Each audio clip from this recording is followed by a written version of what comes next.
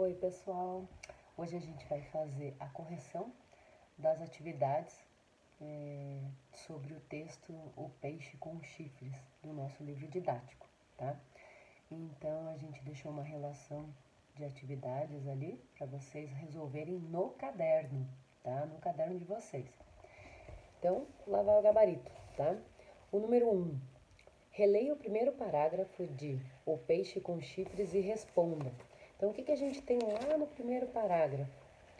Há muitos anos havia um rei, filho do sol, que se chamava Manu e que possuía inúmeras qualidades, por ser um asceta e desejar levar a vida afastado do mundo e em meditação. Manu entregou o reino a seu filho e, recolhendo-se num lugar solitário do Himalaia, atingiu o mais alto grau na prática de yoga. Então lá, em que tempo está a forma verbal havia na primeira sentença do texto? Então em que tempo que está ali, ó? Há muitos anos havia um rei. Ele está aqui no sentido, né? No singular, no sentido de existir. Havia um rei, tá? Então ele está no pretérito imperfeito, né? A nossa segunda pergunta ali, a letra B, ela pergunta: que ideia esse tempo expressa em relação aos fatos narrados? É justamente o pretérito imperfeito. Por quê? Por que o pretérito imperfeito? O que o pretérito imperfeito ele indica? Então ele dá uma ideia do que? De um passado, só que é um passado que está em desenvolvimento, né? Ele não está encerrado, é um passado inacabado, tá? Então por isso que ele é pretérito imperfeito. Um pretérito, né, um passado inacabado. Número 2. Releia esta passagem da profecia do deus Vishnu. A partir de hoje, haverá uma seca que durará 100 anos. 7 raios terríveis destruirão as poucas criaturas que sobrarem e 7 vezes 7 raios farão chover carvões em brasa. Chamas venenosas sairão da boca da égua submarina, até então fechada. Grande sábio, o fogo sairá também do terceiro olho de barra. Esse, que é uma das forças da natureza, e queimará o universo. Quando a terra for reduzida às cinzas, o céu será aquecido pelo vapor. Então, o universo com seus deuses e constelações será totalmente destruído. A pergunta: quais são as palavras do trecho que reforçam essa imagem de que o mundo será destruído pelo fogo? Então ele começa ali. Vamos marcar os trechos ali, né? Manu raios, tá? Então ali, quais são as palavras do trecho que reforçam a ideia de que o mundo será destruído pelo fogo? Então na primeira linha a gente tem ali 7 raios, né? Depois a gente tem na terceira linha carvões em brasa. Que mais que remete ao calor, né, ao fogo? Chamas, tá? Chamas venenosas. Daí ele fala no termo mesmo queimará, tá? Então ali, ó, na primeira, segunda, terceira, quarta, quinta linha, tá? Queimará. Depois cinzas na sexta linha, que remete, né, ao que foi queimado. Aquecido na mesma linha e vapor, tá? Então a gente tem um total aí de 3, 6, 7 palavras, tá? São 7 palavras que reforçam essa imagem de que o mundo será destruído pelo fogo, tá? Nesse mito. Número 3. Leia a seguir o significado da palavra epíteto e responda as questões. Então, o que significa epíteto? É uma palavra ou expressão que se associa a um nome ou pronome para qualificá-lo. Qualificação elogiosa ou injúria dada a alguém, alcunha, qualitativo. Então a pergunta é: no mito, um dos epítetos usados para se referir a Manu é Senhor da Terra. Que outros epítetos são usados para se referir a ele? Que epítetos se atribuem a Vishnu? Por que as duas personagens recebem esses epítetos?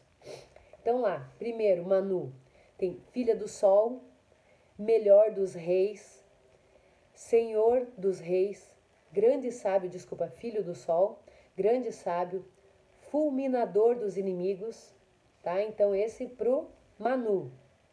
E Vishnu, divino benfeitor, iluminado dos cabelos longos, tudo isso tem lá no texto, gente. Senhor do mundo, tá? Então aqui, e a última pergunta, né? Por que que eles atribuíram esses epítetos a esses personagens, né? Os epítetos atribuídos tanto a Manu quanto ao Vishnu são usados para qualificar isso de forma o quê? Elogiosa, tá? As duas personagens, Manu por suas ações, né? Que a gente percebe que é um personagem que quer o bem, ações nobres, e Vishnu por ser uma divindade na história, na lenda, né? Tranquilo, pessoal? Vamos lá. Número 4, né? Observe a seguir as falas das personagens Manu e Vishnu. Primeira fala. Há apenas um dom supremo que desejo obter. Deixa-me ser o protetor de todos os seres, animados e inanimados, quando acontecer a destruição. Fala número 2. Salva-me, salva-me. Fala número 3. Salva-me, ó melhor dos reis. Então ali, letra A. O registro utilizado nessas falas é próximo do que você utiliza no seu dia a dia? Então aqui é uma resposta pessoal, mas uma sugestão, o que aproxima, o que de repente pode afastar também um pouquinho, né? O que provavelmente essa resposta englobe, né? Que a gente não costuma falar dessa forma no nosso dia a dia, né? Salva-me, salva-me, ali ó, há apenas um dom supremo que desejo obter, deixa-me ser o protetor de todos os seres, né? Uma vez que esse registro, ele é empregado, na verdade, numa tonalidade mais formal, em textos mais formais, né? Na linguagem formal, né? Então ele está perguntando aqui se a gente utiliza na nossa fala. Não, né? Nossa fala é um pouco mais coloquializada, né? Então a gente tem uma fala um pouco menos formal, tá? A gente utiliza essa linguagem, sim, e mais em textos escritos, né? E ali, ó, a letra B. Que efeito o emprego desse registro provoca no leitor? Então, ali, o que esse emprego ele provoca? Esse tipo de registro, então, ele é um registro formal, diferente daquele empregado no dia a dia, e ele dá à narrativa um tom que grandioso, ele dá o glamour, né? Ele dá aquela literatura assim que você, nossa, palavras diferentes, colocações diferentes, uso de próclise, de mesóclise, de ênclise, né? Salva-me, né? Então são termos assim que a gente utiliza mais em textos formais, né? Não no nosso dia a dia. Então ele dá, e como esse texto ele envolve o mito, envolve a lenda, ele dá esse caráter de sagrado, de mistério, né? Então é exatamente essa ideia aí que passa esse texto e esse tipo de linguagem no texto, né? E por último, pessoal, eu coloquei uma proposta de pesquisa para vocês, tá? Dividida em duas partes aí. E isso daí eu quero que vocês deem uma olhadinha na internet e também depois escrevam no caderno de vocês, tá? Que personagens da atualidade apresentam características dos heróis míticos? Eu sei que vocês são bem inventivos, inventivas, que vocês têm muita criatividade, tem muitos heróis aí. Então vocês podem colocar uma listinha aí dos heróis que vocês acham que de repente se aproximam desse tom mítico aí, né? Dessa misticidade, tá? Número 2. Compare Vishnu aos heróis modernos dos filmes e das HQs, né, das histórias em quadrinho. O que os heróis míticos e os modernos nos ensinam sobre as atitudes humanas?